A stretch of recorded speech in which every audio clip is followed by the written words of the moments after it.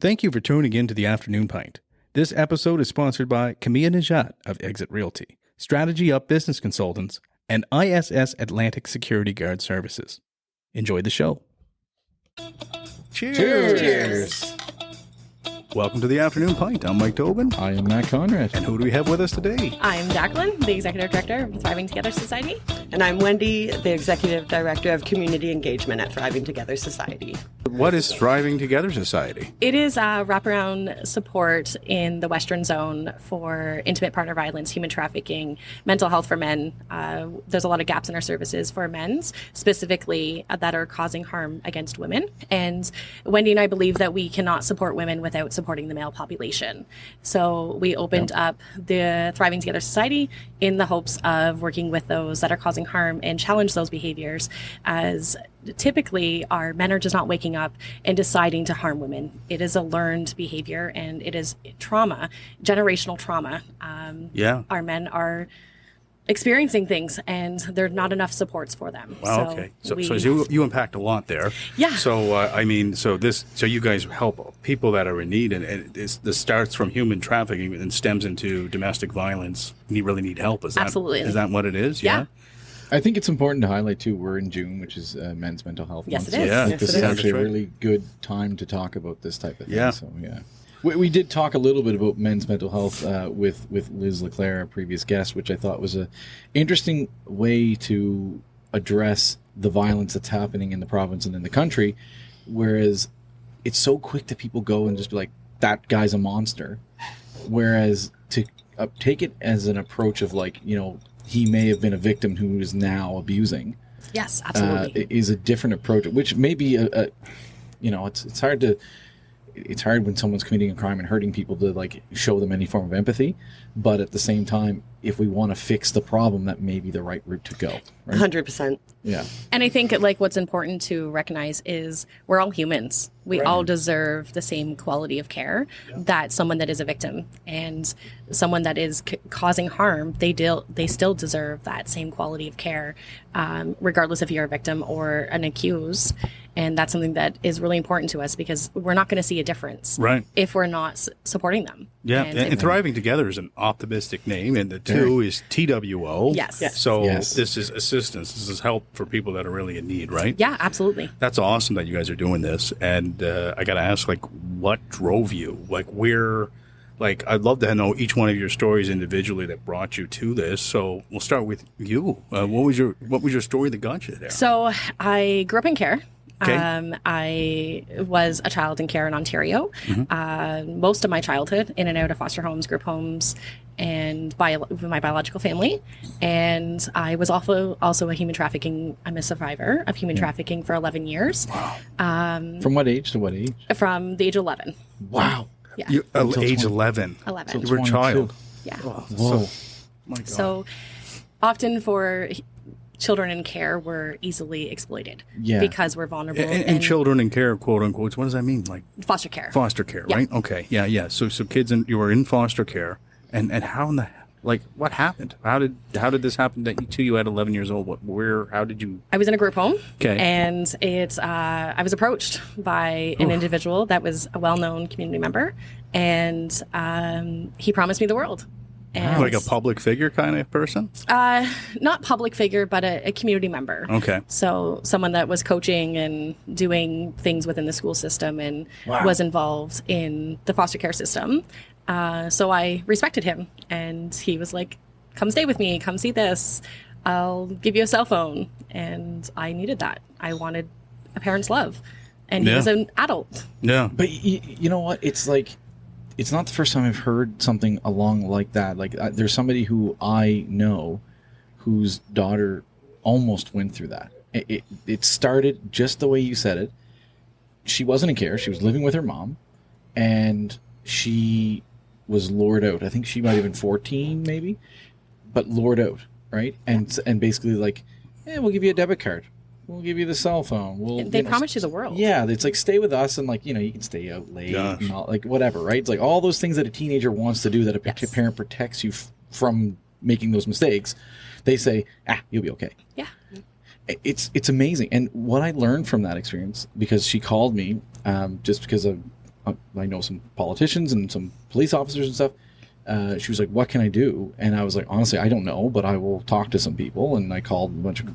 But the thing I learned that night was, at 14 years of age, the police can't go and take her away. So back to you. So the police can't take you away. You're trapped. At what point did you realize you were in a bad place as a kid? You're 11 years old. No. And how many years were you suffering through this? 11 years. I just can't believe and it. I think what is common for children in care is we're abused at home with our biological families. So we don't see anything different. We don't know anything different. Right. And when someone was approaching me and being kind to me, that's what I wanted. And then as soon as the grooming and the exploitation started happening, I was like, well, this is normal. Like, this has happened before. I was sexually abused as a child, so that was normal. So I just accepted it. And so this is you felt like this is a righteous path in a sense of being welcomed into somebody's life. Absolutely.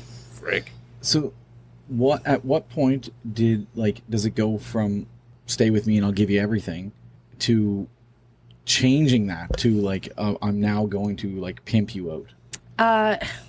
You don't notice it. No? Okay. For my experience, I didn't notice it. I was sleeping with men already at age 11, so it wasn't different. Oh my God. So someone was now gaining and this is in Ontario? Yeah. Okay.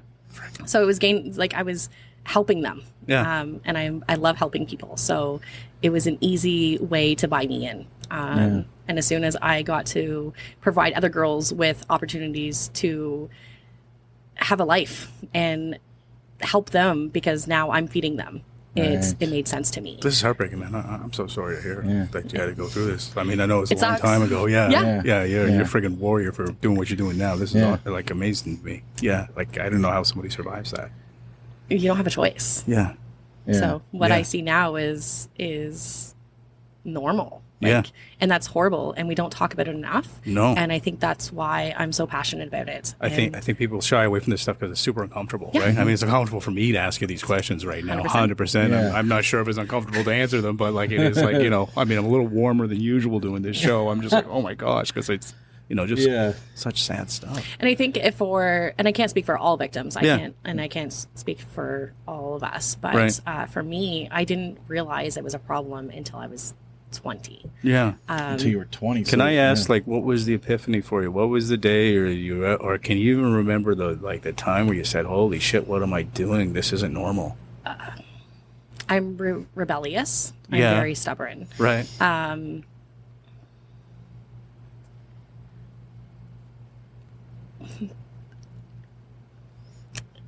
There was an incident. I refused to do something, and I had consequences to me refusing, and those refusals are extreme. So that moment, I kept refusing and kept refusing. Realizing you had no power in the situation. I didn't have power. I didn't have a voice. I didn't have a say. Yeah. And you're a grown person at that point, right? And were drugs involved? Were you addicted to drugs as well? No. So drugs were a part of it, but not. Yeah. The ring I was in, that was not the main focus. It's weird because I thought that was how they get most people. Sometimes they get young people and they get them addicted to bad drugs. Yep. This is what I believe the narrative is. That is a very much a Hollywood thing that we see, but I'm sure it happens for real. Where it's But kids in care just want someone's attention. Right. Someone to love them. Such a basic someone to human accept need. them. Yeah. And validate what they're feeling and what they're seeing, and be told you deserve better. So the drugs wasn't an issue. Did I use drugs? Yes. Yeah. But there was more harsh consequences. Gasoline. So abuse. Gasoline being poured on bodies. Oh. That burns. Yeah. Well, yeah. So there was other forms of tactics that they used. Unreal. And how big are these organizations? Is this a one psychopath, or is this a psychopath that's in a network of psychopaths? How does this even work? I don't understand. Yeah. That's a really hard question to answer. Sure. Yeah. No. And it depends. Yeah. Like, it's not necessarily, like, sometimes it is just one single person. Other times it's a whole ring. Yeah. And a lot of the rings are connected between provinces. Like, they move from Nova Scotia to New Brunswick to Ontario to Montreal, like Quebec, BC. They Right. take them all over the place. And sometimes it's just your partner, your intimate partner, and they use you so they're able to secure drugs. They sell you to get what they want. To them, you're just a paycheck. But to the survivors, it actually feels like they're in a loving relationship. It's the first time they've ever been loved. Yeah. It's the first time anyone's actually cared about them. And first time anyone's bought them anything. Crazy. So they really feed into that vulnerability.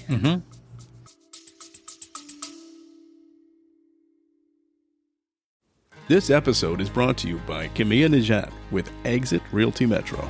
Camilla Najat is an experienced real estate agent who prides herself in finding the perfect home for her clients.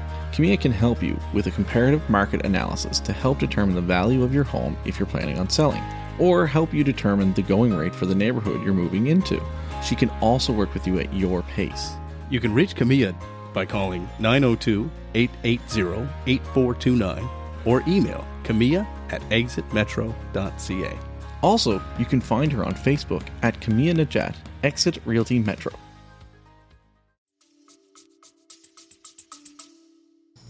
So it's not, I can't just say it's one person. Yeah. There's Yeah. a collective of people in different varieties, and each situation is different. I think it's not a secret that that like we know that there's issues in Nova Scotia and that there's a lot of like trafficking that like is So Nova Scotia is the highest Yeah. per capita. It's the highest for per capita. Yeah. Canada. Substantially higher, like 6.3 per 100,000. Is this a law enforcement problem? What is the problem there? We're in a coastal community. We're always within So 6 to international 7 borders, kilometers. Shipping. Oh my Shipping gosh. Okay. Yeah. people. So they're literally putting people in containers and stuff. No, that doesn't. No, I don't Well, know. I mean, yeah, I it guess could be. I get everything from action movies, like Yeah. Liam Yeah. Neeson Taken, right? Yeah, Like, you know, sorry. exactly, yeah. And that does happen. Yeah. But that's not typically what we see Yeah. So is it working because in the field. is it tourists? Is that what it is? Like, is that why, or what? Like, what's the deal with like why does ocean like having surrounded by ocean? Because so if you go to Yarmouth, you can go to Maine. Yeah. You go to Digby. You can go to New Brunswick. You can go the 103, the 101. You go to Cape Breton. You can go to Right. PEI. You can go to Newfoundland. You got all these little. You have all the major ports that can get you to different parts of the world. So back to you. Sorry. Yeah, So absolutely. you went. You were 20 years old, and you realized this, and you 22. 22 years old. I'm sorry. When I got out. When you got out. So 20, you realized there was something wrong. Yeah. Right. And then, what were the steps of getting out? Like, how did you untangle yourself from this web? Because you must have been deeply entrapped at this point. That's not like a small amount of time. This is all you knew. Yeah. Yeah. So it took lots of patience, lots of time. There's not many organizations that work with the aftercare. So having your identity stolen and Right. trying to figure that out, and Oh, yeah. fraud. So bankruptcy is a huge thing for victims of trafficking because your identity is being used Right. to yeah. pay the power, to pay internet. So it took me years. I think I was 28 when I finally was able to look at my stuff and say, okay, I'm okay. I'm going to be okay. Yeah. Intense therapy. And I still Yeah, well, I attend imagine. therapy daily, like not daily, but But yeah, I monthly imagine. at least. Yeah. Yeah. And then talking about it. Yeah. Just openly talking about it with people Well, good for you. something that helps healing. Peer-to-peer support is a real thing. It's a vital service for victims and survivors. So you got out of this world. Yeah, Which is and amazing. I moved to Nova Scotia. Yeah. Was the move to Nova Scotia like to just escape like the circle, or to escape like just a change of scenery, or like did you like were people trying to bring you back kind of thing? No, so I met my partner. He's originally from Barrington. Oh, okay. And we played ball together. Oh, cool. I'm very competitive in baseball. Okay. So we played baseball together and met in Ontario. And I have a foster home, and Okay. I was a foster parent, and I'm still technically a foster parent in Nova Scotia. So we rented an RV and brought our children down here to visit Nova Scotia to meet my partner's parents, and we fell in love with Nova Scotia. Cool. We were in back row, so Crow's Neck, I think it's called, in the South Shore. And we spent every day in September in the ocean. And we loved it. So we went back to Ontario, and always looking over your shoulder to see if someone's following you is a real thing. Paranoia, fearful that people have found you or located you. Right. What are they trying to convince? Like, what are they trying to do was a thing in my mind.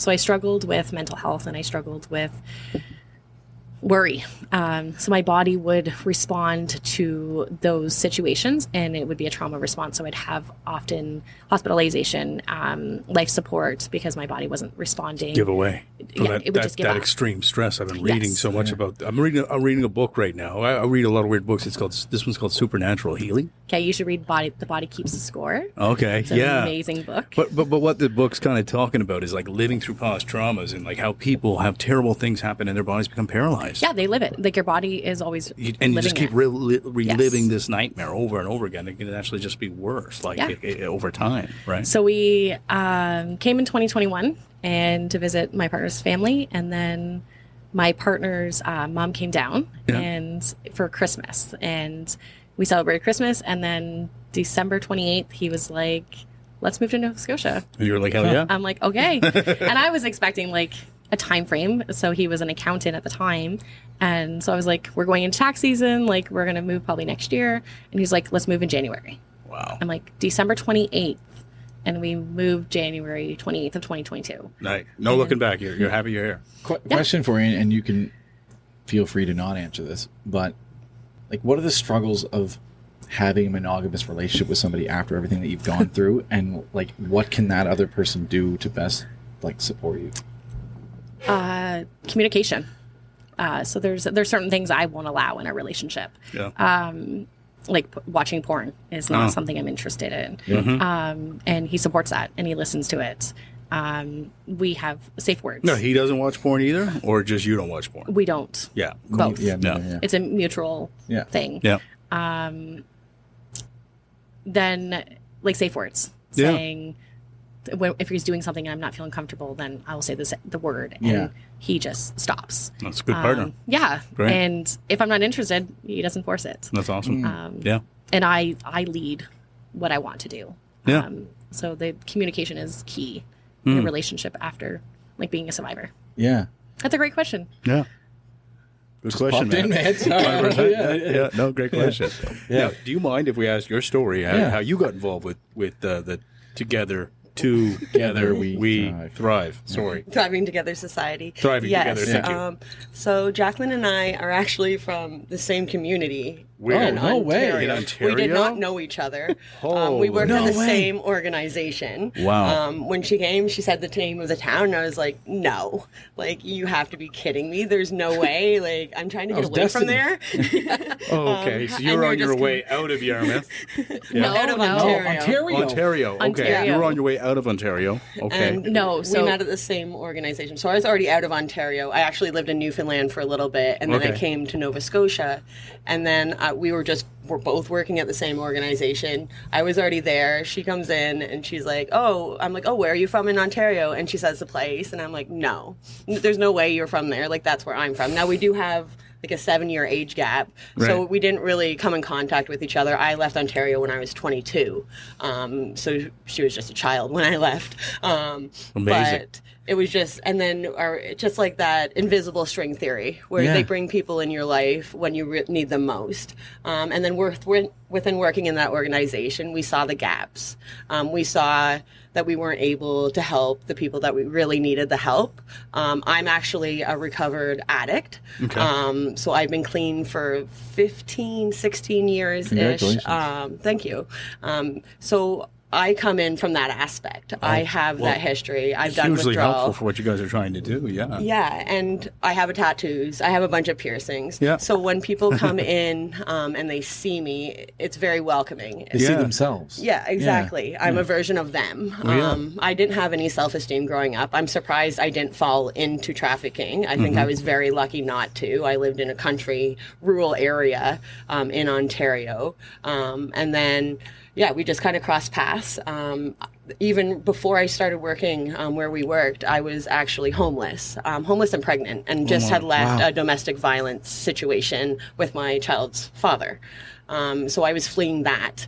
I was couch surfing and everything while I was pregnant. I think finally when my daughter was 4 months old, I was finally able to sustain housing.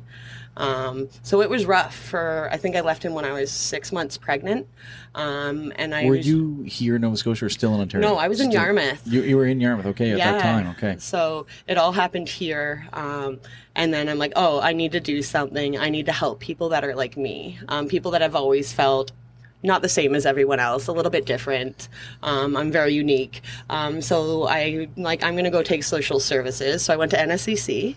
I got my social services diploma, and then I did the 2 and 2. So after that, I actually went to Mount St. Vincent, and I got my bachelor's degree. It's nice. Yep. All while raising my child, being a single parent. I also have a 20-year-old son. So there's a bit of an age gap there. There's 13-year age gap between my 2 children. And he grew up with a mom as an addict. Yeah. Like he was 5. He has a whole different version of you than your and we grew up one. together. So I feel for these people in these situations, and I give them exactly what I needed. Can I ask, what you were addicted to? Cocaine. Cocaine, yeah. Yeah. Wow. And I have to say that Wendy's children are incredible. Yeah. I love her son and I love her daughter. I couldn't imagine my life without them. Awesome. And they're both still in your life, which is awesome. Yeah. That's really good. My son's actually now going to Mount St. Vincent himself. Oh, cool. So it's kind of like that full circle Right. moment. He's taking political science. Oh, so I'm neat. very proud of him. Okay, that's awesome. Yeah, so I kind of flipped that all around, and I think part of going into social services, I was 40 years old, and I was going back to school. I hadn't been to school in 20 years. I graduated in 2000, and I reapplied in 2020. Talk about changing your life at 40. That's awesome. Yeah. I love that. But yeah, Brilliant. My buddy Gary V says, you're not dead at 40, you're not dead at 60. 100%. Just do Anytime. whatever you want with your life, right? Exactly. If you want to make it but it's great to see someone who was so down For sure. to be able to rise up again and really not only have you completely turned things around, obviously financially, just you're yourself, your being and everything, but you're now also doing good work, right? You're not just I hope so. oh, you know what, I got a good job, I'm a manager of this, I manage IKEA, whatever, right? You're also turning around and using it to put And I positive. think sometimes my parents' wishes that I became a manager of a store rather than doing what I did in the path that I took. Yeah.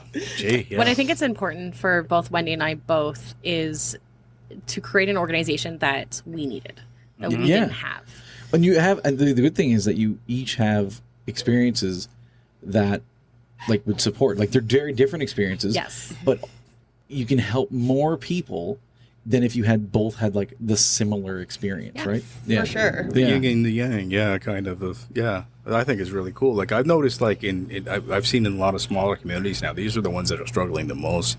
Folks don't have a lot of help for addiction. You can see this when you go to smaller communities now. We didn't see it on the street 10 or 15 years ago. It's right in front of your face now, man. It's really, really predominant, right? These times are not getting easier on certain folks, and it's showing, right? So these institutions really help. So your place isn't a place where people can go to. You go to them. It's more of a, how does that work? So they can come to our location, but we can also go to them. So we're at 4 2nd Street in Yarmouth, Nova Scotia. It's the old Vanguard building, which a lot of people know because it's the newspaper. Right. So we have a small portion of that building. It is quite large. So they can come in, they can get harm reduction supplies, they can come get a free breakfast at any time from 8:30 to 5. That's cool. They can get peer support. We have a registered therapist that is in our building as well. Okay. We have programs. Yeah, it's great. Yeah. That's Is this done through government subsidies or fundraising or Yeah.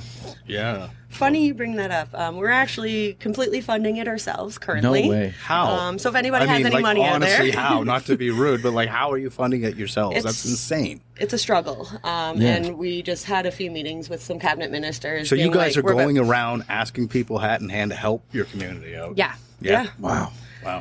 And our history and the people that we've helped, like, they're all like, how can we help? What can we do? Can we give a testimonial? Can we do this? Can we help in your peer support? Because who better to support than the people who have gotten out of trafficking or have caused domestic violence, have been victims of domestic violence. And it's so empowering to take that power back and be able to help the community. So all of our clients are very willing to do what they need to do. And our stats are showing it. And we haven't heard a no yet. It's just waiting for those funding. And when you're a non-for-profit organization, they actually expect you to have a year of financials before they'll give you funding.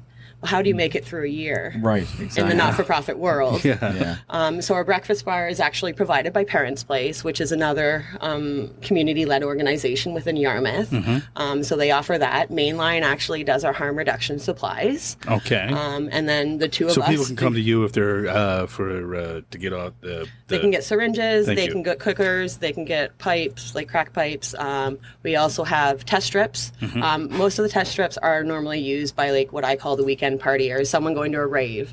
They want to make sure that their drugs don't have fentanyl, benzos, or xylazine in them. So we do offer those test strips. So you can go to your place. You can actually test the drugs and go away with your Well, drugs. they take the test themselves with them. Okay. We don't want to see any Yeah, drugs. There's yeah, a little yeah. bit of some legalities around Of course, that. yeah. Yes. And I'm a recovering addict. Do I want cocaine in my building knowingly and be testing it? It's a little bit of a Yeah. temptation for me. No, But that makes still, sense. after 15 years. Yeah. 100%. So we supply those test strips. They have to just use a little tiny bit of their product. They mix it with some distilled water, and then it comes up to a different color, and that tells you whether it has fentanyl. And then we also have the xylazine or the benzo. Then we also have Narcans as well. Okay. Yeah, Narcans, yeah. Both nasal and injectables, because we have found a lot of people who are recovering addicts don't want to be around needles. They don't want to have the needles of their Narcan kits. Fair enough. Almost petrifying to see, yeah. probably. I Exactly. Well, it's imagine, triggering as well. Yeah. Yeah. And we also encourage all users to do not use alone. Use someone. Use with someone. Yeah, Sorry. use- yeah. Okay. Because it's not safe to use alone. Too Obviously, many the people. OD, and yeah, of course, yeah. And they do have the Good Samaritan's law, although it's not perfect. It does Protect someone. essentially. So Good Samaritans, like somebody comes to, you just find someone So to if come you- at your aid as they. Yeah, if you administer Narcan to somebody, and you have to call 911. Yeah. So then the police come. They are not supposed to charge you with having illicit substances because you're saving a life. So it's called the Good Right. Samaritan law. They're not supposed to be able to. Now, if you're on parole and stuff, like it gets a little iffy there, but it's supposed to allow people to give Narcan and not just leave them on a bench, which has Right. happened recently in Barrington, actually.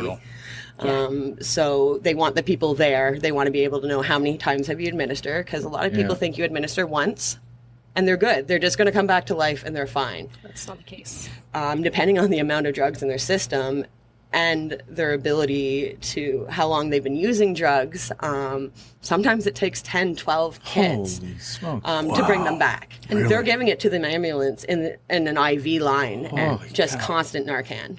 And a Just lot to of people keep aren't them aware of that. alive, essentially. Until they get to the hospital. Until they can get back. Man. Yeah. So Yeah, it's definitely. You guys probably helped save a lot of lives, man. Like, We hope so. I think you Yeah. both did. Yeah, it's amazing. well, and they save our own lives. Like Yeah. it's so empowering to be able to give back. Oh, yeah. And we learn so much from them. No, I love what you guys are doing. When did? Sorry, maybe I missed it. When did you guys start your organization? In January. Just in this January year. of this year. Okay, so This it's year? really, really new.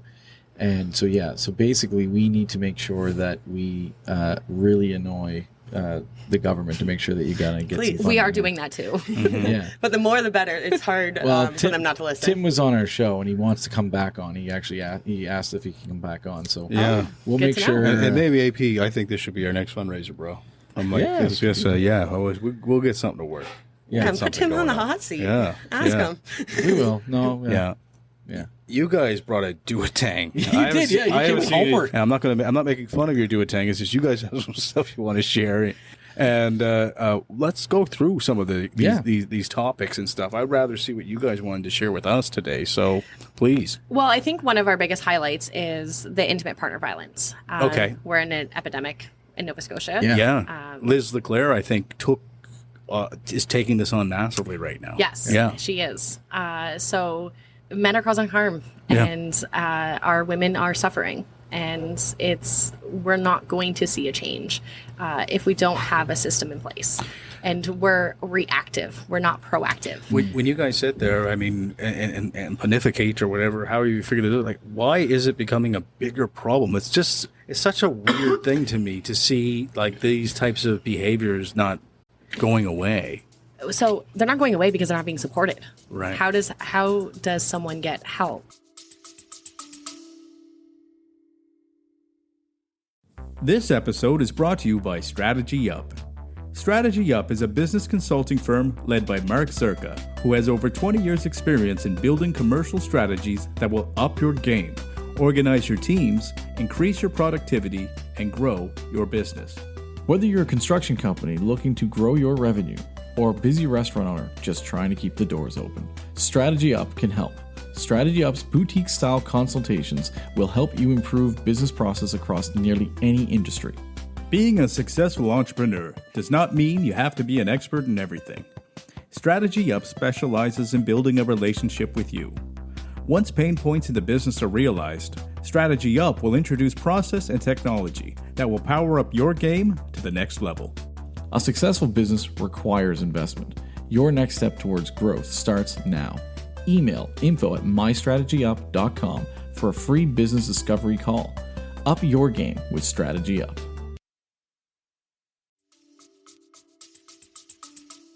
Yeah. When there's no organizations helping them. And when we have an issue with housing, we have 1,138 people right now that are homeless. Yeah. And out of that 1,138, there is 1,109 adults, and 739 of them are critically homeless.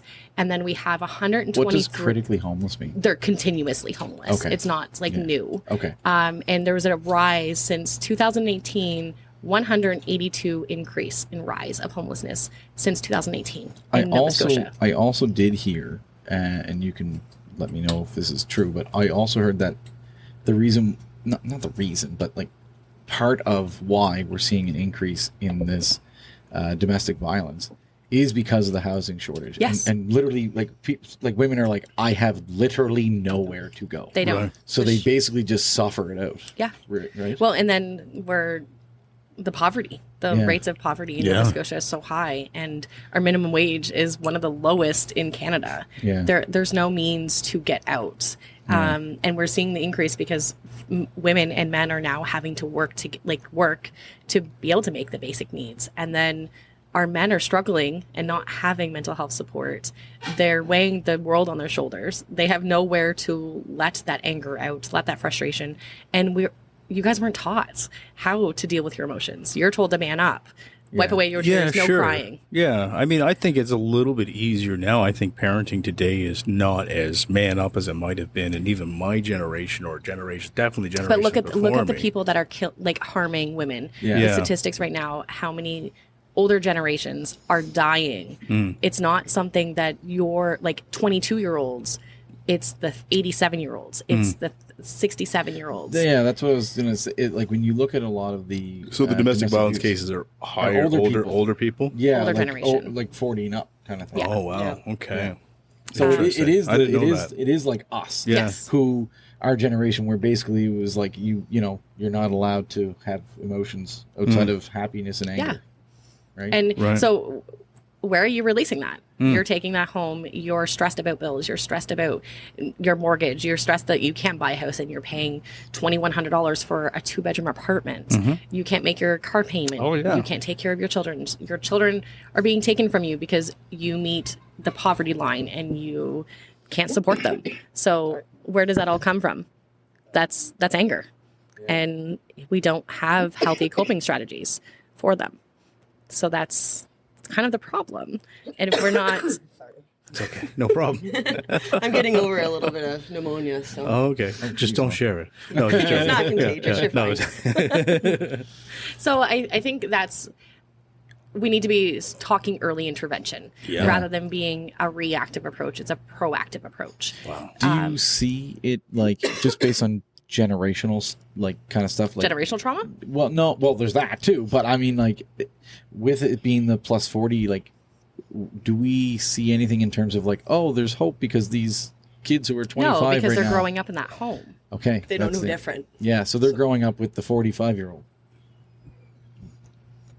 So yeah, they're growing up with the 45-year-old Yes. who is passing on that whatever mentality that they have. The learned Whether- behavior, the trauma, Yeah. the Right. exposure, Yeah. the acceptable behaviors. And we're not talking about healthy relationships when kids are young. We need to introduce what that is, so when they go home and they're like, maybe this isn't, maybe what my mom and dad, although they love me and they care about me, maybe this isn't healthy, maybe, and challenge that thought process. Just because you see your mom and dad fight and argue doesn't mean it has to be the same for you. But when you see that and that's all you know, Right. that's what a relationship is. How do you do it different? Yeah. Children learn by what they see, No, and that's that's true. when they see that day in and day out, it's so normalized they don't even think differently about it, which is really sad. Scary. So if we Yes. talk about the MASH casualty that happened, there was a MASH casualty report completed. And in that MASH casualty report, it talks about a proactive approach. Our RCMP, our community organizations, more community-based, non-for-profits, working with the community and being there before things happened, rather than responding to a murder and a murder-suicide. Right. We're there before.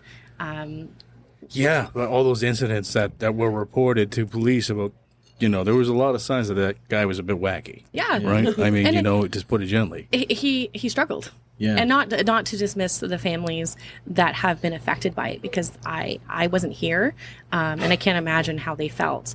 However, First step, I'm making a police car. Yeah. yeah, Why? that's Yeah. it's gotta- trauma. Yeah. And the report indicated that he had significant generational trauma, and he had parents. He grew up. There was a lot of domestic violence Right. calls.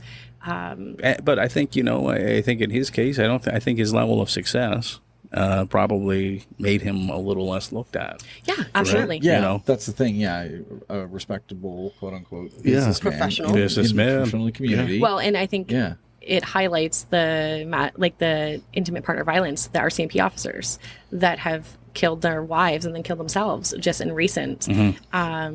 They're members of the community. We're Yeah. not looking at the people that could be struggling. Right. They're in high demand job. I think that's an important thing to also highlight, because when you look at the abuse, spousal abuse, and stuff, oddly enough, police officers actually tend to really lead that category. Yeah. And I think that is something that where you're kind of hitting the nail on the head is like the amount of trauma that police officers are probably the things that they see every day and all that stuff, and they're just taking it home 100%. and Not talking about shoving it, it shoving down, it down. right?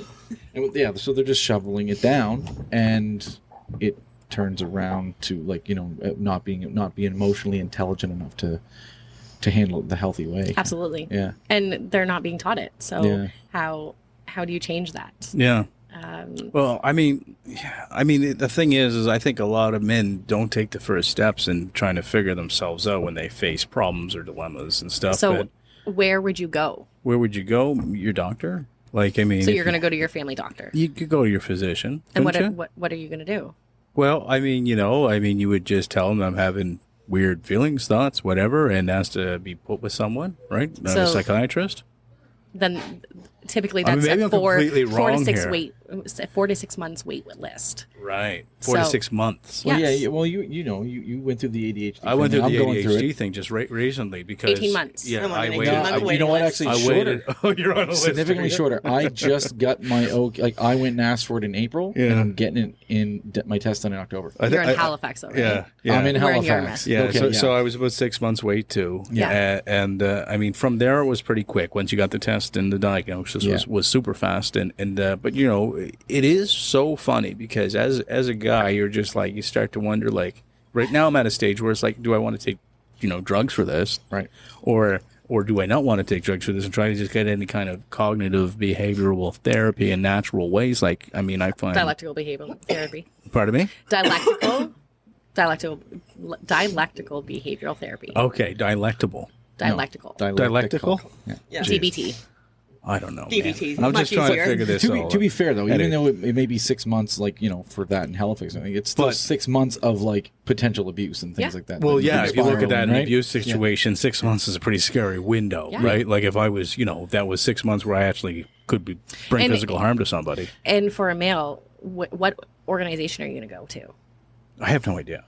Like I really don't. But And I this mean, is- I love the fact that you're putting me and asking me this No, because these I are really good. don't These know. are good, right? but I also it's helping me also, and hopefully you too, is like helping me realize like we have a really good core group of friends. right? Yes. Like there's 4 of us that are really really tight. We've known each other for 20 years or more, and you know we're all dads. We're all career professionals, but we're in the same world, right? Yeah. And the good thing is the privilege that I have is like I don't really have that like need to like I don't feel like I need to get that stuff out, or I'm not holding on to something. And if I did, maybe it's because I don't. It's because I can talk to him about what's frustrating me. We talk to our friends. Like Well, I the guess 4 of us, right? We are like, I mean, our friend group. I mean, is highly, and my communication with my partner. I mean, I tell her everything I'm thinking, and she tells me what she's thinking. We don't like really. I even tell her like when I'm like, you know, fun week like thing is like we had to go see my family on the weekend, but there was a lot going on. You know, one of those days where okay, everybody wants us to be everywhere. And we, you know, sometimes we divide and conquer, but this was one of those days where I was like, no, babe, I really think it's important we go see everybody today. Yeah. And make it work for everyone because everyone's important. I don't want anyone to feel at the end of the day that they're less important than the other people. So let's just suck it up and do it all. But And that's our business model right there. yeah. Okay. Yeah. Because I felt, you know, because you feel, I mean, I went from happy to almost angry in a moment because I'm like, well, you know, one person's not less important than the other person. I, you know, want to defend everybody. And, you know, but this is an honest conversation I had. It wasn't an easy conversation, but it was, you know, we can talk about this. Yes. We can, you know, even, you know, we can cool down. We can kind of just get through this. But I'm a big communicator, right? And what if you didn't have that? Yeah. I don't know, right? So I mean, many people don't have those 20-year-old friendships where 20-year-old friendships, 10-year-old partners that, I mean, you know, yeah, that you can really rely on to have a be conversation with. open and honest. So many Yeah. people feel like they have to put on this front for their partner or their friends Right. because they don't have that history. Yeah. A new friendship, right? Like how hard is it to make friends in your 40s? Yeah. Especially if you come to a new community. Yeah, yeah. And these are tight-knit communities in Nova Scotia. Sure, yeah. Like there's just generations of people living there. So coming into that situation, So I got to ask you, what And- does a guy do? And when you're like working in a professional field such as RCMP or a doctor or a nurse or any of those fields, you can't go out and talk about something. Like Yeah. it's Right. confidentiality. Right. So I can't just go home and talk to my spouse about what I seen because I can't. Like Right. confidentiality. So they're building it up. Well, and don't they have therapists that like within the organizations? Like, doesn't the RCMP have like an RCMP do. like person that helps them? I with all believe this stuff? so, but I think Yeah. it would be really hard to admit that you're struggling because then you're off. This is where I think like in this day and age where people are confused with the difference between masculinity and toxic masculinity. Yes. There's nothing wrong with being masculine and masculine things. Where it's toxic is when it's like be a man and suck it up. Yes. That's where it becomes toxic. Are people really saying that anymore? Yes. Though? Like, yeah. I Yeah. mean, I just don't throw feel a like pear. that's Dude, Yeah. Andrew Tate says it on every Yeah, single but he's time he a- talks. He's an idiot. Like He he's is an idiot, but he has people- he has millions of people following him. does. He's a serious problem, and I won't debate that. Agreed.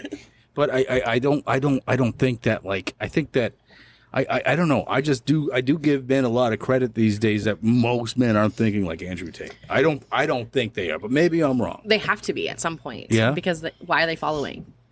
That's the thing. He has millions of It's scary followers. for adolescents. I tell you Terrifying. that. And that's where it's the most scary to me. Like Yeah. to see adolescent boys thinking that guy's some sort of fucking hero. Yeah. Excuse my language, but We like to swear. I could. Nothing could make me angrier because there's nothing further from the truth. That's the Yeah. worst type of human being you could possibly be. Yeah. Right in this universe. Right. There's no question. Definitely not someone we want our children to look Right? up to, for Yeah. sure. So yeah. I mean, yeah. It's scary to see adolescents look up to like someone like that, but because they feel that they don't have other role models. Why do you think the kids do that? I don't know. A lot of kids don't have dads in the picture Yeah. as well.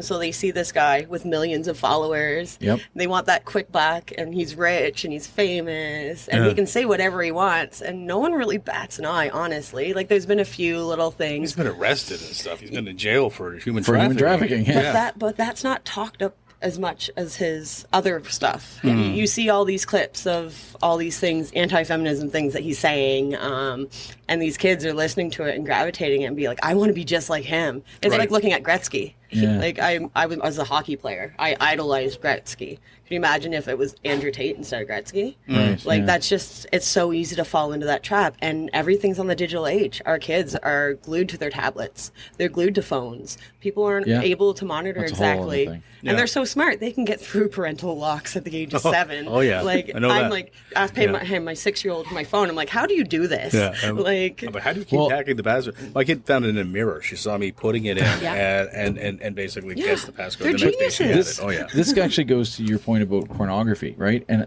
and my wife and I've had this discussion. 'Cause she's a teacher, so comes up sometimes, occasionally, Yeah. right? And I only know my experience is like, you know, It's unrealistic. Well, but me growing up. Well, no, I'm not even there yet. I'm not even talking about the porn part yet. I'm talking about my experience of like just growing up as a boy, right? And I know, and she, like, her being a female and whatever, she's kind of like, do 7-year-old boys like really care about them? I'm like, yes, they do. Yes, they do. I can verify. Yes, they do. Yeah. But and she's always amazed. She's like, what? My little grade 3s? And it's like, yeah, they do. But it's pressure. They got probably older siblings, and then they No, it's pass not. I didn't have down. older siblings, and you know, when I was 7, 8 years old, I was trying to find the Playboy or something We like that. used to right? find in the woods and tree forts with sticks. Like, you Yes, know, yeah. exactly. Yeah. But here's the difference, though, is like this is the big difference between today and back when because I was thinking, oh yeah, we used to find that stuff, but I was trying to steal like the Hustler or the Playboy, which are still pictures in magazines that are probably friggin' half ripped and burnt or whatever. Versus you can video. go on Pornhub and get literally anything. Yeah. you can accidentally search something and get literally porn all the time. And that could Like, probably scramble your brain too of what's It does. normal Yeah. and what's good and what's not. for sure. Kind And of. it also creates that narrative that you have to be this type of person. Like there's on Pornhub, there's like the bondage and abuse of power, and then like I seen an audio clip of I'm sleeping with my stepmommy. Like yeah. Yeah. that's some fucked up shit. Yeah. Like Like, let's just pause and think about that. Yeah, Let's it's some talk about messed up that. stuff. Like, why are and that's we- almost a category now. Yes. Right? Yeah. like or my step sibling. Sorry, That's wrong. that's Or twins. Right. Yeah. Like, sisters. Yeah. Yeah. what? Yeah. Yeah. It's not healthy for our Right. young boys or our young girls Yep. to have this expectation. So that this is in what's places happening. like Texas, they've banned Pornhub. They've made it illegal. Do you think that's a good step for around the world? 100%. Yeah. And how have they done that? How did they do that? Well, they haven't really done that. So what they've done is they've You can blocked. get VPNs. Yeah, they block Yeah. exactly. Yeah, they block IPs, but you can get around it quite easily. So Yeah. there's probably tons of people. So they're just- trying. They're trying though. Yeah, for sure. And the but more you kids- try, the harder it gets. Like, you know, the more you make something blanket. If that's, you know, if we think this will help correct society, Yeah. maybe it's not a bad idea. But I think you're onto something. Yeah. I think that's correct. Like your generation was looking at photos and the Playboy calendars. Yeah. Or the scrambled satellite stations. Like, Oh yeah, Blue Nuit, French. Yeah, but I mean that stuff scramble. was actually more probably I would say, dare I say, more romantic or more normal than what it is Yes. today, Yeah. right? Yeah. It was a little bit more, more glamorized. Yeah, more Except for the glamorized. Playboy Mansion. Yeah. Oh well, no, something- there was a lot of toxic shit going on there. That's Yeah, for that's sure. pretty Right? nasty. But we didn't know that. No. And were Being they over reading here. the articles? Yeah. Or were they looking at the pictures? Yeah. Yeah, exactly. No, All so right. there's a big difference. I think the accessibility and what's able to get. I mean, one of my favorite comedians like actually talks about this. About how he talks about like his addiction to porn has gotten so much that he's like, I need to find the most weird stuff. He's like, it needs to have an octopus arm in it or something like that. Like that. But it's funny, but it's also true. It's And real. scary. The part where like you get to a point where it's like I need to find the biggest kinkiest thing because all this stuff that's like way kinky is like You're normal to me desensitized. now, right? Yeah, you're desensitized. It's all normal to them, right? Kind of Yeah. like, Yeah. It's like the feet pictures. The what? Yeah, the feet pictures. The feet pictures. I never You're understood killing that, this but stuff. yeah. But I Yeah, get that. okay. No, not a fan. No. Yeah, I never understood that, No. but yeah. I don't like feet. I'm not a feet person. When I see Same. feet, I'm kind of like, ugh. I do have nice feet, Yeah. but I don't see why people will want photos of them. Yeah, I don't like it when people like don't have socks on in my house. I'm weird about it. I'm like, I wish that motherfucker put socks on. Okay. She doesn't wear socks. She's in sandals in the winter. There you go. Yeah. Yeah. Yeah. Anyway, so And I don't like feet. I guess I'm the opposite of a foot person. Yeah. I'm not a fan of feet either, but Well, I'm yeah. not to that OCD level. I'm a little OCD. Yeah. It's okay. It's Definitely. okay. She's OCD about other things. Yeah. No, that's fair. Yeah, so yeah, I think that's the generational. There's some generational differences that are happening with the accessibility, and I can only imagine that with the internet, trafficking and all that is far more easy. I know, my wife and I, when we had our kid, we decided no pictures at all. Yeah. No pictures, and I've had to write to family to say who take a picture, take that down. Things like that. Like we're at a point now where we don't even really. I don't send pictures to anyone unless I like truly trust them. Yeah, absolutely. Right? Because once think you that's send brilliant. it, Yeah. they have it, Yeah. You can't take that back. You can't take and you don't know like all the things that we see now, Yeah. like taking superimposed images of your kid, and with AI, they can basically make a child porn with your kid by a picture from Facebook. And people Exactly. think like, oh, you know what? I only have like 800 friends, and they're all people I know. Yeah, well. It's the people you know. Most times it's the people you know. It's Yes. it's Yeah. always like the uncle or something or whatever that did it. The teacher, the whatever, 100%. and that's tough. And even if it's not that, I think the statistic is like 1% to 2% of the people that you know are predators. Yeah. And I'm just sitting there going like, well, I got like 2,100 friends on Facebook. Oof, that's a lot of predators I got sitting there. So Possibly. what's the percentage? What's the It's like chance? 1% to 2% of 1% of the the population. Yeah. Probably So if like you got 100, if you got 100,000. 200 friends, I'm a low key friend person. So you on got two Facebook. people. So there's two bad There's people. two predators. That's I'm gonna statistically find them speaking. tonight. That's statistically everybody. speaking. So the fact is, Yeah. you can sit there and say like, Yeah. maybe by some good graces that you actually found all your friends are the good people. Okay. But then they share it. But then they could They also share it right? exactly. And then the next it's person shares infinite. it. Yeah. Right. It's never No. ending. So my kid's not online at all. And That's wonderful. That's cool. Yeah, and we've gone through a lot of the things about what we're going to allow him to do and all that stuff and everything. We're also really big about consent too. We Love that. huge. Like it's and my family's really supportive of it. Right? It's like if a aunt or uncle, even my parents or whatever, and they say, "Hey, give me a hug," and he says no, it's no. Absolutely, it's a no. It's a no. It's Right? a full sentence. Exactly. So it's like, no, you say goodbye, you're polite, like whatever. But if you don't want to give a hug, sure, you have that body autonomy. And that's the best thing we feel that we can do for a boy is to make sure he understands that consent from start. And I think what else is important for him is when he's told no, he follows that.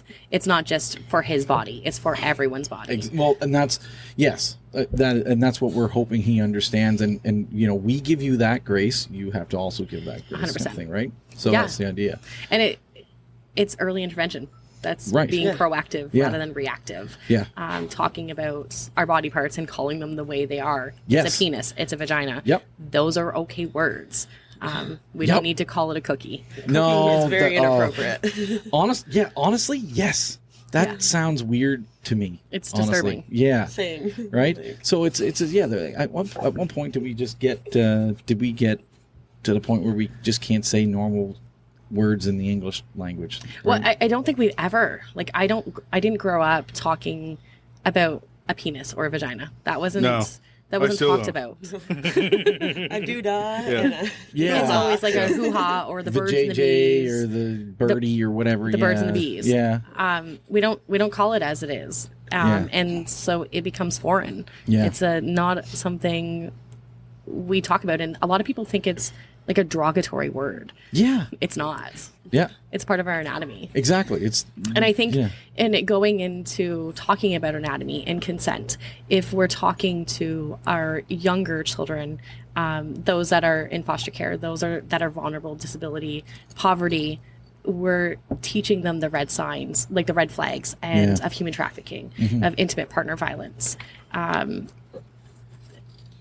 We need to know those signs before it becomes an issue. So, as someone who has essentially seen behind the curtain, like you must view the world so much different than we do.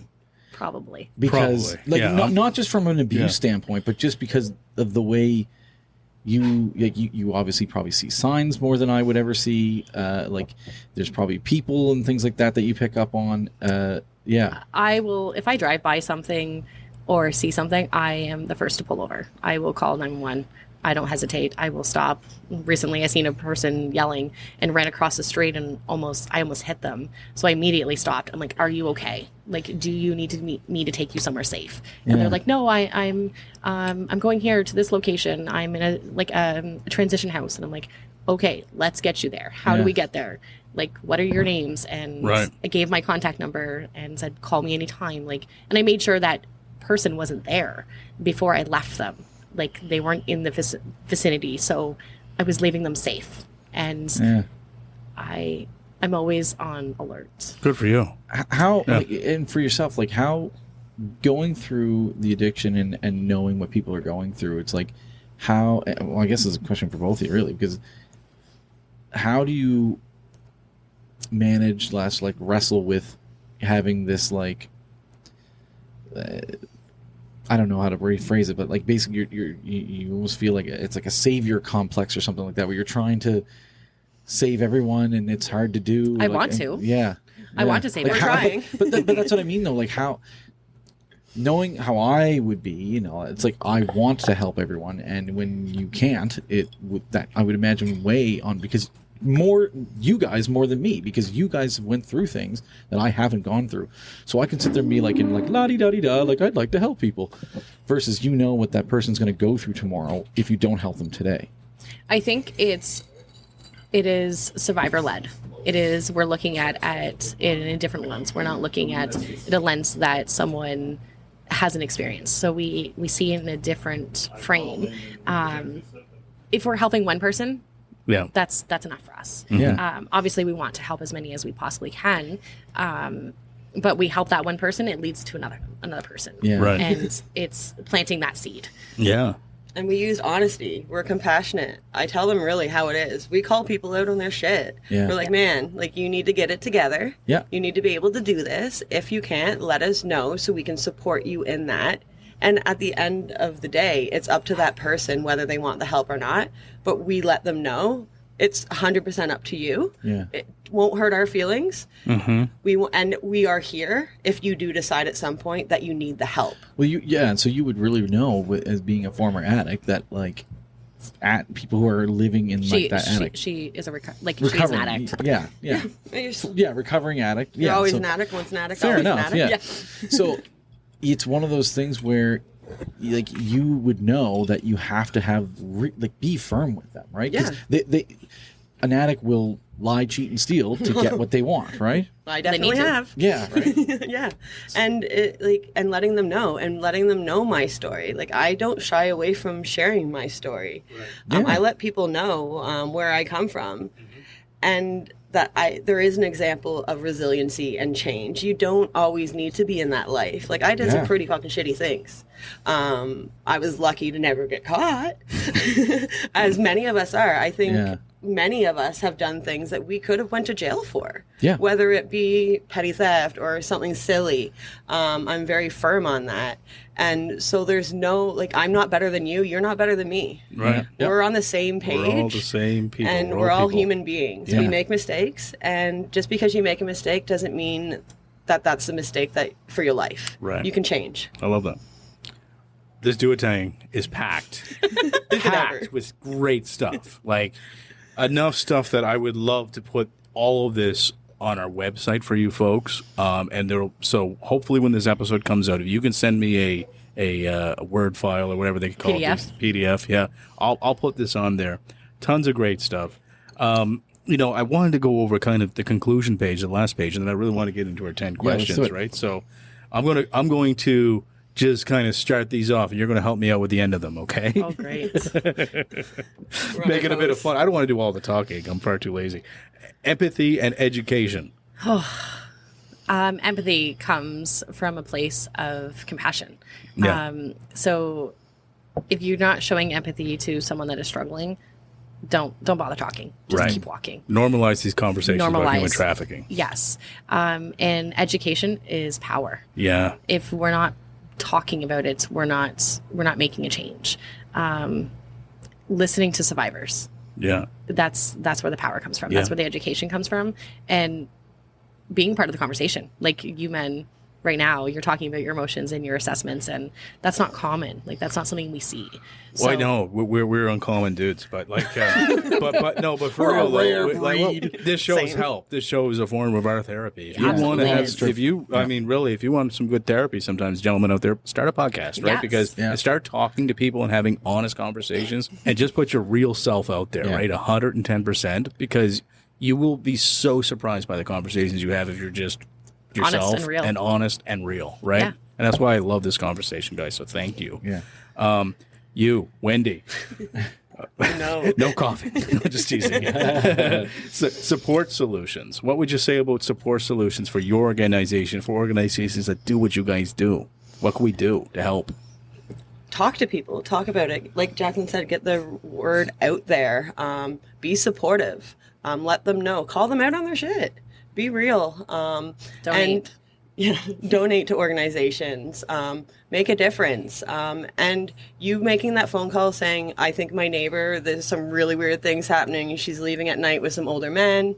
She's coming back with feeling almost drugged up in the middle of, in the morning when I'm going out to have call. There's a tips line. That you can call and you can give them the tips and they will reach out and they will investigate and see if anything comes from it. On that, is there any quick tips that you can give people that might not be so obvious that people could look out for? Multiple cell phones, gifts, unknown gifts, amount of money, isolation, not talking to their family. Another one is like, if I'm with someone and I'm not able to communicate for myself and I'm looking for your direction, or you're often seeing me with someone and I don't have control. Those, No eye contact. no eye contact. Okay. Feeling like a shell of a person. Yeah. Like it takes everything out of you when you're trafficked. You're felt like you're nothing. You're worse than the mud on the street. Like you're nothing. And you're not valuable. Probably feel pretty shitty. Yeah. Starting, I mean, I think rock bottom's losing, like getting laid off or something, but this is probably think- far worse of a feeling. I think can it's only really imagine. important Yeah. to drive that human trafficking, you can be sold multiple times a day. Right. So if I was to purchase a drug, that's one sale. That's it. I'm Right. like, I can come back. Yeah. But I can be sold multiple times a day, and they can make up to $280 an hour for my service, even though I'm providing it and they're just getting that money. So Insane. it's a never dying situation. Insane. So, next word, advocate. Did I say that word right, Matt? Pronounce it right? Yeah, thank you. Advocacy. Non-for-profits are important. NGOs are so vitally important to our community. Listening to the members of the community is important. Listening to someone's story and advocating for them and believing them, taking their word. And I know some people lie, and I get that. But there's a lot of us that aren't. And a lot of us are being misunderstood. So advocate for them. Recognize the signs for our social workers rather than saying, well, they're just being behavioral. They're just acting out. Where's that coming from? Look at a different lens. Take a different approach. Like you Advocate do them. with your kid. I mean, Yes. eventually you're like, why are they acting this way Yes. every time we got to go Ask to piano questions. class, right? Yeah, or whatever, right? Yeah, maybe there's something different going on up there. And I think advocating for those that are less fortunate, like vulnerable populations, Yeah. are refugees, are people Yeah. that don't have status, Yeah. Are we seeing like some sort of an increase in people who are newcomers to Canada? Yeah, like, there's Yes. some statistics in this book about okay, that, yeah. actually. Yeah, like minorities were like disproportionately affected, Yes. which is pretty Yeah. gross. The Indigenous, yeah. African Nova Well, I mean, Scotians. Indigenous, the- African Nova Scotians, Yeah, but like- I mean, and the missing and murdered Indigenous women. I'm assuming that's obviously a large Very 100%. much tied into trafficking. Traffic, I would imagine so. Yes. 91% of victims know their trafficker. Yes. Yeah. And Crazy. 34% of them are intimate partner violence. And it 54%. 34. 34%. She knows this. She's got. She knows the book off by heart. I'm looking at the numbers. She's not lying. and Yeah. it takes time. Like people think that you're just taken off the street and you're trafficked the next day. It can take years of building that relationship between the trafficker and the survivor in order for them to trust them enough to traffic them. They get to know all your dirty little secrets, Right. and they hold those over your head. They blackmail you with that. They take Yeah. images Similar of to what you. we see online, right? Yeah. Like where it's like, kids, they'll whatever they Well, screw the up. ones that are like taking intimate photos of themselves and then they're committing suicide because That's the right. person that's asking for money, they don't have the money. Just well, I'm going to happened. send it to your parents. I'm going to send it to Yeah, your I've teachers. Yep. heard that. Yeah. Yeah. That's- I read a story out of the U.S. where Yes. they just asked for $3,000, not even a large sum. It was like $3,000 if you don't send it to me in 45 minutes. And that kid in 45 minutes went from talking to his mother at one point, she had just left the room, to him shooting himself in the head. We have a Because of situation that. in Alberta that, Wow. that just happened. Yeah. In his bedroom, he hung himself, and Wow. Yeah. the parents have a campaign going right now to Yeah. educate the community. Yeah. And that Scary leads stuff. me to this Scary one. stuff. Like having a kid. That's, Yeah. Yeah, it's terrifying. One more point in this that leads from all that is watch for red flags and don't ignore your gut, right? Yeah. I mean, that's a statement you have in here that's really powerful. Yeah. And trust your gut. Your gut is rarely wrong, and if it is wrong, Who at cares? least you tried. Yeah. Like it Well, would feel yeah. worse if you didn't trust your gut and something happened than Yeah. trusting your gut and nothing coming of it. At 100%. least they know, they're aware. They can know about the signs and everything from that point, right? So And I think what's also important for the listeners to know is Nova Scotia is the highest rate of human trafficking in Canada. So Yeah. the national rate is 1.4 per 100,000 people. Wow. Nova Scotia is 8.6. What? Oh, no way. Oh, 'cause Yeah. I So thought you we're- were giving me the national number was the 1 point. 1.4. Here, it's basically 8.6. 8.5 people for every 100,000. yes. This is what I mean by when you see behind the curtain is how you see the world differently, because I'm sure there's people that that are involved in this stuff. Absolutely. That it would be, I don't know. I think for me, like I almost wouldn't want to see behind that curtain because I think I would have a hard time not turning into Batman. Basically. You And can't that's be. what we're trying to become. yeah. We are You guys are Batman. Yeah. Yeah. Essentially. Yeah. And the next closest province to Nova Scotia with the highest rate is Ontario. It's 2.6. It's crazy gap. And- Crazy gap. And you think And- they have and- Toronto, they have Ottawa. Population density too is like there's a crazy Well, variable. I think between the we're two. for the Huge. population we're the smallest population. It's 2.4 Yeah. for all of Nova Scotia for the population, and Okay. Ontario makes up all of that, and we're higher than Ontario. They have cities bigger than our province. So yeah, I mean, your closing message here. I mean, human trafficking is not a fairway problem. It's here. It's in our towns, our neighborhoods, sometimes hidden in plain sight. The more we learn, the more we can build a community where no one falls through the cracks. That's powerful shit. Yeah, Good. Yeah. Cheers to you guys. Everything you guys do is incredibly awesome. We're going to get into some dumb questions here now. Yeah, now we lighten things But up a little we're bit. going to try to lighten things up a bit. But guys, if you're listening to this show still, we're going to put a special on. Put everything in this duotang will be on our website, and I'll stop saying the word duotang now. I promise. it's a fun purple. word. and we'll Purple get duotang. It's purple. a purple duotang. Everything has to be purple. Yeah, cool.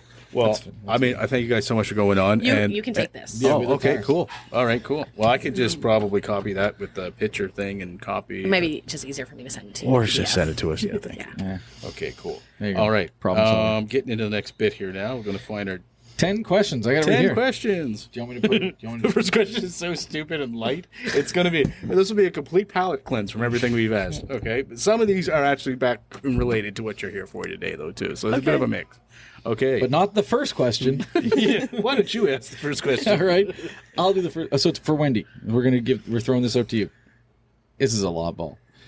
So, which is the better fast food choice, Wendy's or Dairy Queen? Do you only say that because my name is Wendy? Totally where the question came from. Dairy Queen. Oh. She used to work for McDonald's, and she used to be told, "Your name is not actually Wendy." Yeah. So then I'd lie and say my last name's McDonald, and then I worked at Wendy's, and they're like, "Your name's not really Wendy." It was a vicious cycle. Yeah, I just disagree. Baconator's the best. That's them fighting sorry. words. Yeah. I like that Dairy Queen combo where you get the ice cream with the meal. Like I the just one love with the ice sundae. cream. Yeah, like I you get like- a sundae with your burger and your fries. That's just a good time. Full course meal. I like the toss and sauce chicken. Toss and strips. sauce chicken strips. Not bad. Dairy Queen does have the best chicken strips. That's true. I will give you that. Yeah. Okay, Jacqueline. What is one goal or New Year's resolution that you've made to yourself but had a hard time committing to? Quitting smoking. You're still smoking. Yeah. God. Fucking sucks. God. He struggles. He gave up like 5 years ago, and he's still I got my struggling. 5-year casino chip or whatever you call it. Yeah, for quitting smoking. I gave it up. I was addicted to lozenges for 2 years after I quit smoking. Like the lozenges. And now then- it's mint. And now you probably see me take some during this episode. Yes, I did. Just regular peppermints. He goes Yeah. to the dollar store and buys like Costco like versions of mints. I Hey, it's better than smoking. Hey. And cheaper, I'm sure. It's way cheaper. I'm sure his that's for dentist loves it. My dentist does not approve. yeah. I've already been lectured a few times. Yeah. All right, question number 3. So Wendy, all right, if the Earth was flat, Oh God. what do you think would happen if you reached the edge and kept going? The Earth is flat. Oh gosh. Oh, for real? Oh yeah. Come on, please don't lose all credibility. You've done so well. I'm just kidding. No, I know. I'm just teasing you. Yeah. The Earth is not flat, so I can't even fathom what the answer. I think fall off into deep space. There you go. It's an imagination question. Yeah. There'll be a shark. Yeah. No. There'll be a shark off the edge in deep space. I have an Space irrational shark? fear of sharks. Space sharks? She's That scared sounds sharks. pretty dope. Terrified, and I don't know Oh, why yeah? I moved to a province that has sharks. Oh. Space Sharks. That's a movie. Yep. Yeah, there you go. All right, over to you with number 4. That's, again, very stupid question. If these toys came to life, what would win? Okay, who would win a fight between the original Barbie doll versus a original Cabbage Patch Kid? So Cabbage Patch. Cabbage Patch would ruin Agreed. Barbs. Yeah. Do you see those muscles on that, Yeah, that they got doll? the big, Yeah. they got Like, those like it's like the little indents, like sausage the- roll arms. Yeah. Yeah. They tear stuff fuck up. that They've shit up. seen some shit. Yeah. Their eyes. And they're Yeah. way more intimidating looking. And their asses are tattooed. Like, Yeah, exactly. Like they 100%. They were like the dolls that went to Vietnam and came Yes, back. 100%. You took us to this question already. Number 5. That's me. Yeah. What are you doing? Sorry. Trying go to steal my ahead, question. buddy. Yeah. Wendy, over here. So, what's one thing that people could do to get a mental health check? reach out. There are lots of tests you can do online, but reach out to a not-for-profit organization. Reach out to mental health and addictions.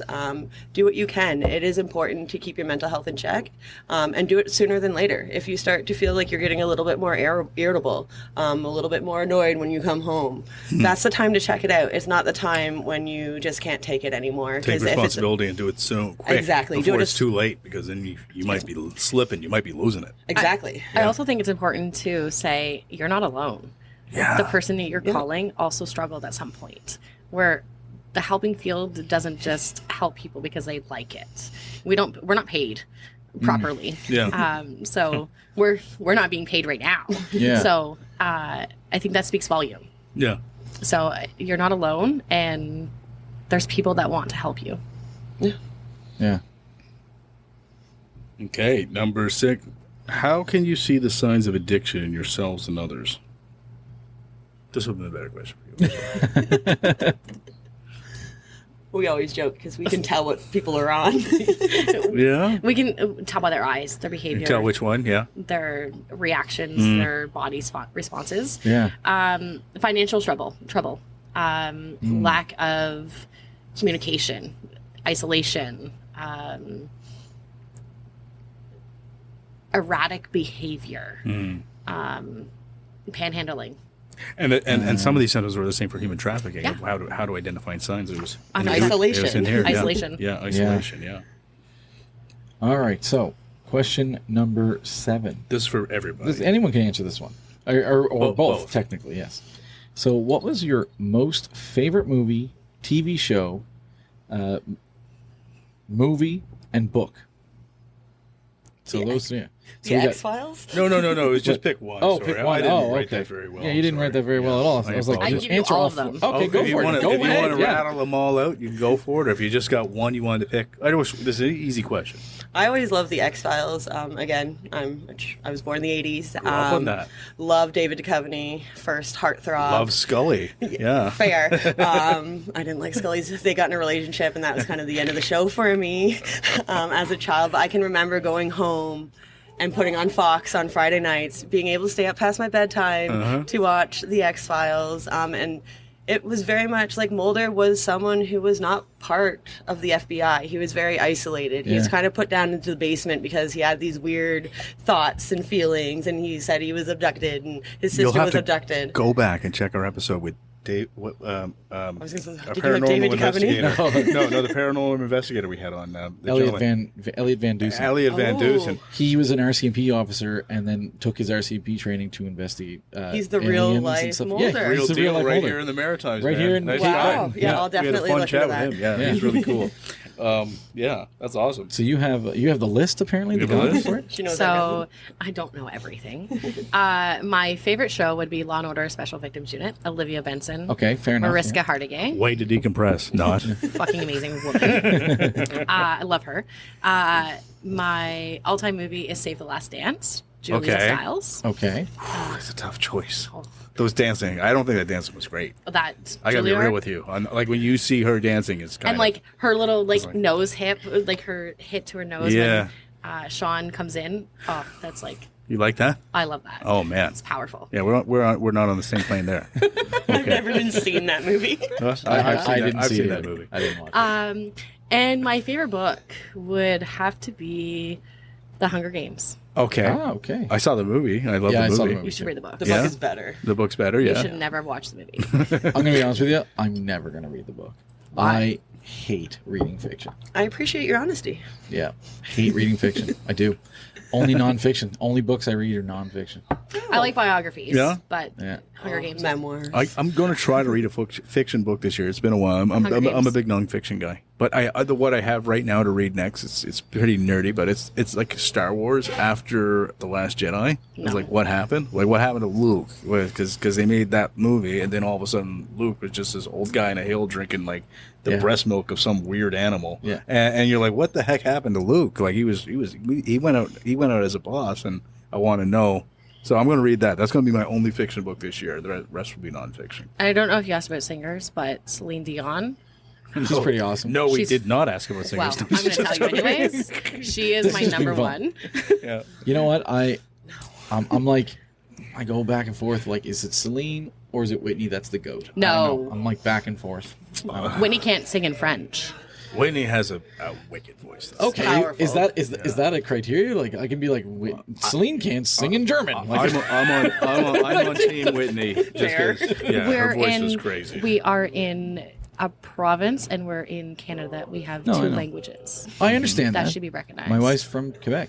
Good. Her favorite is Celine. Good. It should be. But ear test, I'm kind of like, I don't know. No. Whitney. Nope. Yeah. Or Pink. Pink is another. She's pretty awesome. Pink's She's cool. awesome. Yeah, she's pretty awesome. All right. Ready for the last question, guys? So this is a question for each of you again. What's one piece of advice you were given that you'd like to pass on to others?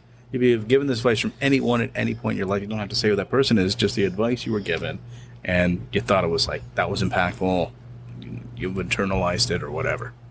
Life doesn't always need to be like this. It doesn't always need to be this hard. You can always change. You don't have to stay in the same patterns. People change at the end of the day, and that's okay. Yeah. People change at the end of the day, and that's okay. I like that. Yeah, I like that's that cool. too. Yeah. Yeah. I think the most impactful thing came from my foster child. He said, when we say consequences, that sends a signal to your brain that it's immediate consequence. Like you're in trouble, you've done something wrong. It's a negative thing. It's a negative aspect Yeah. rather than like natural logical consequences, rather they're negative or positive. Right. So he said, he's like, Mom, can you not call it a consequence? Can you call it a modification to our day? So Whoa. we How make- old is he? He is 16 now. Okay. And we're about to adopt him. Oh, awesome. Oh, Congrats. That's congratulations. awesome. Thank you. That's awesome. So everything in our life is a modification to our day. So Brilliant. if it's we're doing a negative or a positive or something, just needs to be shifted. That's very intelligent, very advanced thinking. I actually like Highly that. emotional for it. intelligence. Yeah. Yeah. A future CEO up in there. There you go. He's going to be something. Yeah, Yeah. cool. He's a force to be reckoned with. You're telling me. Yeah. Awesome. That's great advice. I love that. Yeah, so modification to our day rather than everything has to be a negative. Yeah. So, what's the website? Together We No, thriving together. Thriving Together. Oh, see, Together. I told you I get something wrong over and over Yeah. again. So Thriving thriving Together. It's spelled .ca. TWO. Right. Yes. Yes. We'll have it on .ca. the bio. And We'll we're have on, it- we're we'll on have it the bio. Facebook. You're on Facebook. Cool. And we're 24 hours. So when I say 24 hours, like we're by phone. You can call us anytime. And then we're also open holidays. We Please, don't if you close. help these guys out, let us know. I mean, if you donate or if you do anything to support Yeah. them too, this is so cool. You guys are awesome. I think you guys are real warriors, real Batmans. Yeah. Yeah, or Batwomens. Yeah, okay. Cheers. Cheers. Cheers. Great show, guys. That's awesome.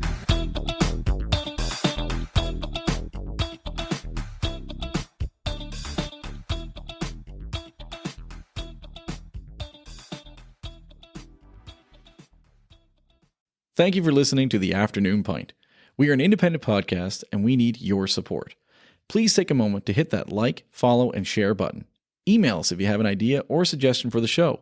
Please send your feedback. We'd love to hear from you.